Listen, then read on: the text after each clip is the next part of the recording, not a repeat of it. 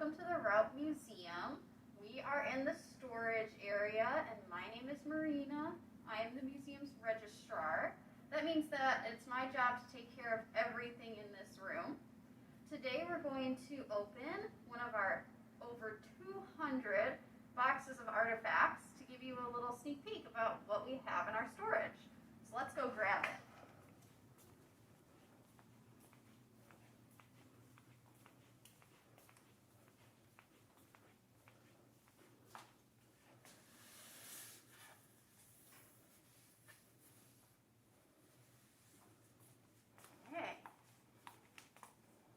So all of our boxes, you may notice, have a number.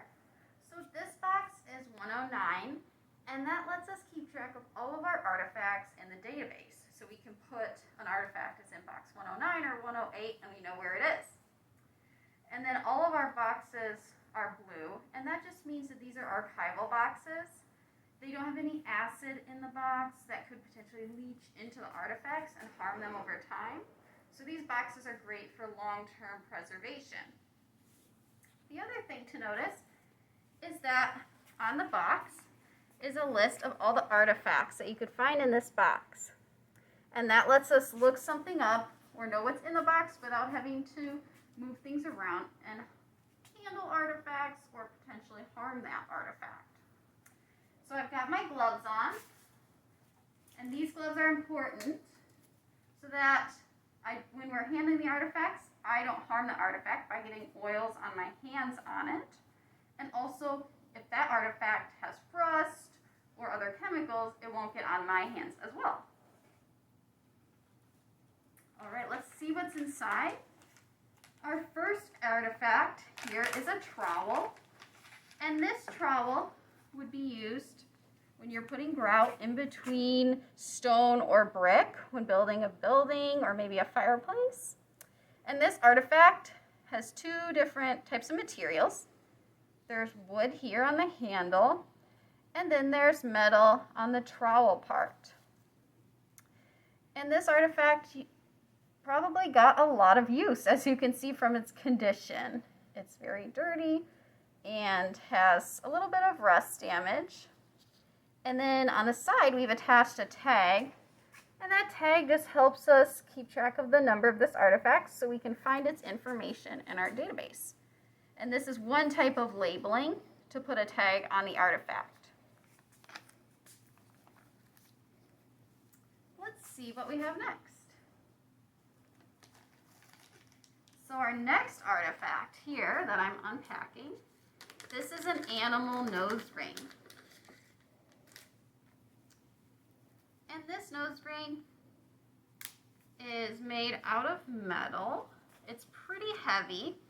And these nose rings would be used as a way to lead cattle. So you could put this on a bull most often and right around the nose. And it would give the herder or the farmer a sense of control because the nose is a sensitive part of a bull. And that would make it easier to lead the animal by the nose. And these were usually put on, and still are, by a veterinarian. You'll notice here that this nose ring has a little bit of damage. That right there is oxidation, so it's the process of rusting in that spot, that green part. So we try to keep them in these small bags as a type of microclimate so that the humidity doesn't get to the artifact. And most of the artifacts in this box date to the late 1800s to early 1900s that you're seeing. Now our next artifact is pretty cool. They're still used today, but not as often as you would see in the past. This artifact here is called a corn husker. Now this would be for your right hand, and you would put the corn husker through right here in the back, and you could tighten these straps, and then you would use this part, this metal part here, this little loop, to remove a cob of corn right off the stalk and off the take the husk off as well in one fluid motion.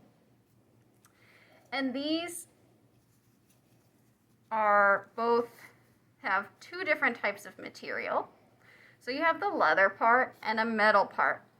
And we call these materials incompatible because leather tends to hold moisture. So over time, that would cause rust damage on the metal part. As you can see though, we've been able to take good care of this artifact, and it hasn't had as much use when it was used as a hand corn husker. So it's in very good shape. And on our Facebook page, you can check out a video of using this of a hand corn husker in 1937, as well as in present day. So we encourage you to check that out. All right, let's take a look at our next artifacts. I'm going to take these two artifacts out at the same time because they are related. So this artifact might look familiar to some of you watching the video. These are cowbells, and two different types of cowbells. So I put it on its side here so that you can see what we've done to preserve this artifact. Both are metal and they're fairly heavy. And we've stuffed this tissue inside so that the bell doesn't move around and cause damage if we were to handle the artifact or put it on display. And you'll notice that these two are in very different condition. So this cowbell dates back to about 1870 and was owned by a local rancher who collected farm tools. This artifact, we don't know as much about its history, but as you can see, it got a lot of use. So cowbells were attached to cows so that you could keep track of large herds as they moved around. And so that means they're outside a lot and they're attached to an animal. So they are affected by the elements like water, humidity, temperature. So this has rust damage. It also has a piece that has broken off, and that's most likely evidence of its use when it was attached to a cow or just hanging outside. A lot of times cowbells at different points were used as ornaments too in people's homes. Let's take a look at our next artifact. Now this is a really cool artifact, and you wouldn't know right away what it was used for if you just looked at it. So this is called a hay crook or hay hook, both the same, just different names. And this hay hook was used to make it a lot easier to move hay around hay bales on a farm. So hay bales that you would use with this hook, usually between 50 and 75 pounds, and you would put your hand on the handle here and hook this into the bale, usually either on the bottom to give yourself leverage to lift up the hay bale, or on the sides. And this artifact in particular is all metal. Sometimes metal artifacts too have stamps on them. So if you notice on this artifact, there's a stamp here. And information like stamps lets us know a little bit about maybe its maker or a date when it was made. Unfortunately for this one, we don't have a lot of information. Now this artifact as well, another thing I want to point out is that it has a label directly on the artifact. And this is reversible. So we put a layer, almost like a nail polish on the bottom, but it's not nail polish, it's a reversible material. And then we put the number on top using ink, so that if we ever need to get this number off for any reason, we just use acetone and we can wipe it off with no damage to the artifact. And that's called direct labeling.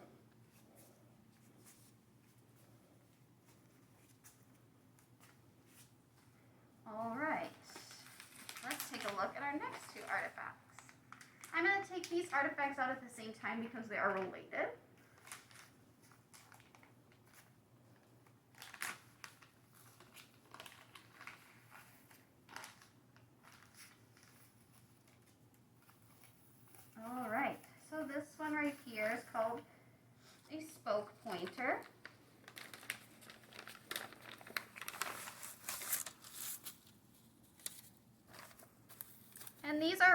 in foam because they have a lot of sharp points, and we want to make sure that they don't poke through the bag, and that we don't harm ourselves when handling the bags. This other artifact here that you're seeing is a hollow auger or tenon cutter. And these artifacts are used in furniture construction and also wheel spokes, like on a wagon. So these two work together to create tenons on furniture, or the pegs that fit together different parts of furniture, which I'll show you momentarily. First off, the spoke pointer on the inside here is a blade. So when you have a piece of wood, it's often in a plank form or maybe almost looks like a pencil. So this blade here, you would set this on top of the top of your plank of wood, and there's a handle that we don't have here that you'd attach, and you could turn this around and around to sharpen that edge to create almost a cone or dome shape, on the piece of the wood. So that would help prepare you for the next tool to use, which is our hollow auger. Now this hollow auger has a similar function, but makes the top of that cone you've just made into almost even a smaller cone. So you'll notice this right here, this is the blade part, and the blade edge is sticking right out on this middle section. And you can take these screws off and move the blade closer to the center to make the hole smaller, so that what you're carving is smaller as well. So you press this against the dome part of the wood that you just carved, and similarly, there would be a hand tool here, and you could turn it around and around to shave down that wood into a further smaller cone shape. So what do I mean by a peg or the tenon? Let's take a look.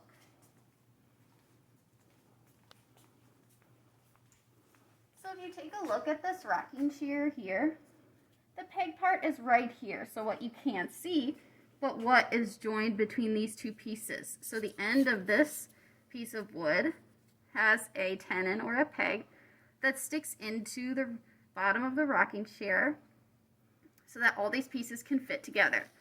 Similarly in these sections as well. So those two tools that we just talked about help carve that piece of the wood, just like if you were going to fit wheel spokes into the outside of the wheel as well, to fit everything together. So let's head back to our artifacts. We have one more thing to look at. And today, the hollow auger and spoke pointers there are similar tools used today. These are antique tools that some people still use, but a lot of times the tools are attached to power tools. So you use a power tool to turn the tool much easier than if you're using a hand crank. For our last artifact, take a look, come over this way. This in here that some people may recognize is called a bellows. And a bellows is used to help fuel or stoke a fire. So you would press these handles together up and down to open up the inside to push air out the end here. And that would help push oxygen into a fire to fuel it. Now this artifact is having trouble because it is not in the best condition. The problem with being a bellows is that you've been exposed to high temperature and humidity over time. And there's three parts to this bellows. A wood part on the side here is leather, and then the metal part at the end. And as we mentioned before, these are incompatible materials. So over time, this leather has what is called red rot. And red rot is a deterioration condition, and it is irreversible. But what we've done is created a soft padding and safer environment in this box to help limit that deterioration. and keep track of the object over time so we don't have to open a bag or move it around to get a look at it.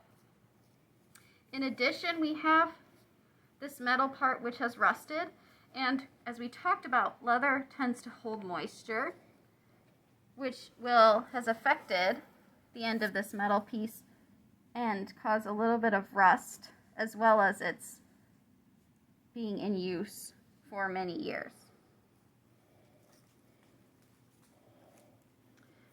So you've taken a look now at all of our artifacts, and you may notice that a lot of them are tools.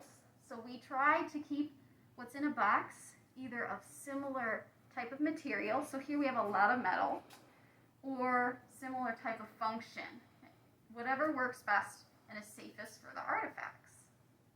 So after this, you'll hear a little bit from our curator, Debbie, about these artifacts and how we create exhibits and tell a story.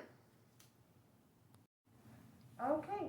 Hi, everybody. My name is Debbie. I am the curator at the Raupp Museum, and Marina showed you the first step of any history museum, which is taking care of the collection. But the next step that you might be wondering about is, how do we use these items to make an exhibit? Well, since we're a history museum, we want to tell people about what life is like in the past. So the reason we choose artifacts to use in an exhibit is usually one of two things. Number one, we might choose an artifact because it gives the visitor a total picture of part of life that isn't here anymore. For instance, that would be the cowbell now, because we're in Buffalo Grove, and there aren't cows in Buffalo Grove anymore for people to look at and think about. But if I put a cowbell in the exhibit, you can imagine the cows walking around, and you can imagine what life would be like as a farmer. So that's one reason to choose an artifact. Another reason we might choose an artifact is because it helps visitors connect the past and the present, so they can see the way things used to be and how there's a link between us now and the people who were living long ago. And for that, we might choose the trowel, because this trowel is older and had a lot of use and built historic buildings in Buffalo Grove. But people can still see trowels used today. So you can make a link between what you see today and what you see that people used in the past, and you can feel a connection. Now, the third thing you might be wondering is, why don't we just use everything? If you have it, why don't you put it all on display? There's two big reasons for that. The first reason has to do with science and everything that Marina was telling you earlier. When artifacts are on display, it makes them age faster and deteriorate more. So if we put everything on display, that wouldn't be very responsible as a museum, and the artifacts would wear out, and we wouldn't have nicer things for the people in the future. We want to talk about history now, but we also want to make sure people in the future can take advantage of everything that we've been saving. So we're thinking about now, but we're also thinking about protecting everything for visitors in the future. The second reason we don't put everything on display has to do with the story and with the art of making exhibits. If you have too much to look at, you don't know what's important, and you won't understand the whole story of the exhibit. So if we only show you a few things, then you can get into them and learn their story and figure out why it's important. Plus, if we only show you a few things in the exhibit, then later on we can switch them with other things and tell a different story and give you reasons to come back. And we always want you to come back to the museum, because there will always be more to learn about history. Just like this was box number 1, there are 199 more boxes to explore just in this collections room alone. Thanks for watching, everyone.